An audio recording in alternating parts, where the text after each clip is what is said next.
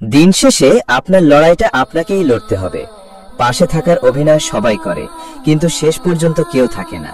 প্রয়োজনে সবাই আপন হয়, আর প্রয়োজন ফুরালে কেউ চেনে না। এটাই পৃথিবীর সবচেয়ে কঠিন বাস্তবতা। আপনি যতই ভালো হন না কেন, কারো না কারো গল্পের আপনি সবসময় একজন খলনায়ক। সবাইকে খুশি করা সম্ভব নয়।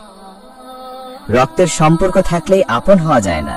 আপন হতে গেলে অনুভূতি এবং সম্মান থাকা লাগে, যা সবার থাকে না।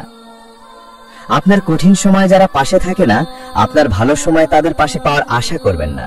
সময় থাকতে চিনে নিন। আপনার পকেটে টাকা থাকলে পৃথিবী আপনাকে যোগ্যতা ছাড়াই সম্মান দেবে, আর টাকা না থাকলে আপনার যোগ্যতাকেও কেউ দাম দেবে না।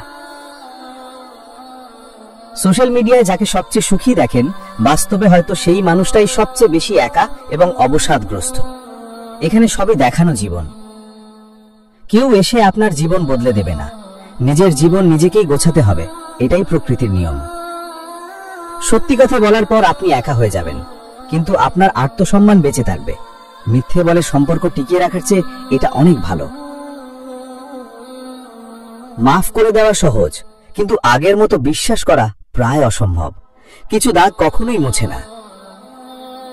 যাকে আপনি সবচেয়ে বেশি গুরুত্ব দেবেন, তার কাছ থেকেই সবচেয়ে বেশি অবহেলা পাবেন।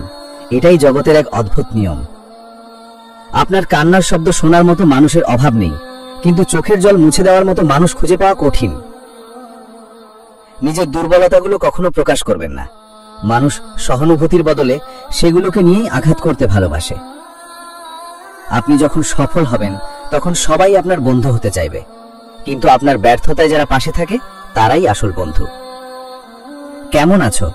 এই প্রশ্নের উত্তরে ভালো আছি বলাটা এখন আর উত্তর নয়, একটা অভ্যেস মাত্র।